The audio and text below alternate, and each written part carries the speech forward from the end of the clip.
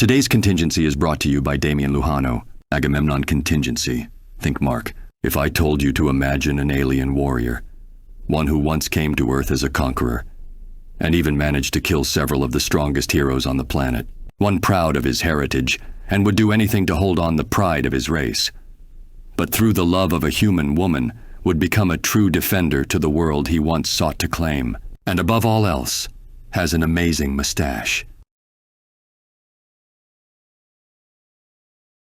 If the Viltrumite known as Omni-Man came to mind, you'd be correct. Similar to Homelander, Omni-Man falls into the trope typically known as the evil Superman. Unlike Homelander, however, Omni-Man is actually a competent fighter. Being born to a species who believe in absolute strength over all, a planet-wide purge of its own people ensured that only the strongest were left when it was done. Omni-Man being one such survivor, proving himself to be one of the strongest of a species who vastly outmatch any other. Omni-Man's abilities aren't as vast as one would expect. Of course, he does have the ability to fly, and is blessed with superhuman strength and durability. He also has an impressive lung capacity, capable of holding his breath for weeks at a time without suffering any ill effect of oxygen deprivation. Even intense combat doesn't seem to affect this. But above all these, I'd say his most impressive ability is his healing factor. One every member of his race has. It can allow a Viltrumite to recover from wounds that were completely fatal without it. If you need an example of just how good this healing factor is, Omni-Man was capable of fully healing from having his spinal cord snapped. This blow coming from another Viltrumite who was holding his internal organs in his hands as they spilled out from his stomach. You could also look at all the near-death experiences his son had gone through. He may be unrelated to this contingency, but I do have to voice my respect for his dedication to being a hero, even after all he had suffered through. Now, as I've stated before, Viltrumites as a species are almost unrivaled, the few exceptions being that of Battle Beast, a bounty hunter cursed with a constant bloodlust for battle, and Alan the Alien, a genetically altered super being who, after being driven to near death, was capable of bouncing back more powerful than ever. Sounds familiar, doesn't it? There is also a savage alien species whose strength and ferocity makes them something Viltrumites refuse to engage in combat with.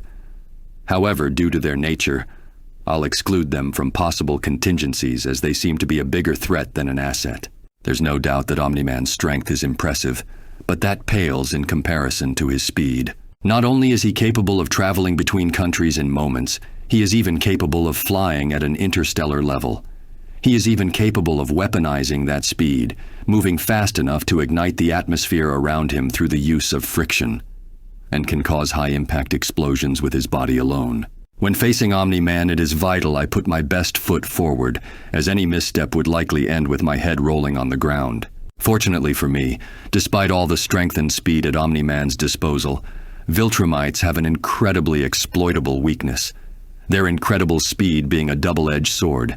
They are vulnerable to high-frequency sounds attacking their inner ear. Creating devices that can output said frequency is simple, but to ensure they cannot be destroyed or prevent Omni-Man from fleeing before they can be used, I have created small robotic speakers which can slip into his ear canal without his knowledge. Once activated, not only will Omni-Man lose his sense of balance, but the pain that would coincide with it will likely incapacitate him. Containing him under threat of an attack he cannot avoid might be enough to keep him under control. But I am not about to risk the planet on a hunch, which is why I have been putting extensive research into Viltrumite biology. I was fortunate enough to be able to obtain some samples of Viltrumite DNA, mostly from Invincible, but I'm sure Cecil won't mind. Not that he could stop me if he did. With these samples, I am hoping to recreate something that was once capable of driving the Viltrumite species to near extinction.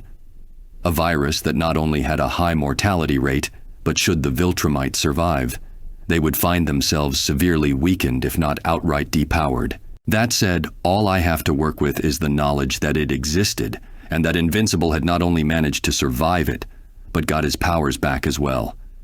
Any knowledge on how to actually create the virus likely died with Thetis. Typically, the idea of using lethal means is out of the question, but statistically speaking, I may not have a choice. as due to a multiverse-hopping man by the name of Angstrom Levy, I've learned that more often than not, Omni-Man succeeds in his plan to take over the planet for the Viltrum Empire. When it comes down to it, all I can do is prepare for the worst, but hope for the best. If you also have a character you wish for me to cover, or just want to support this channel, I'll have a link to my Ko-fi page. There will also be a Google Doc with the list of characters who have ever been done or already commissioned by others.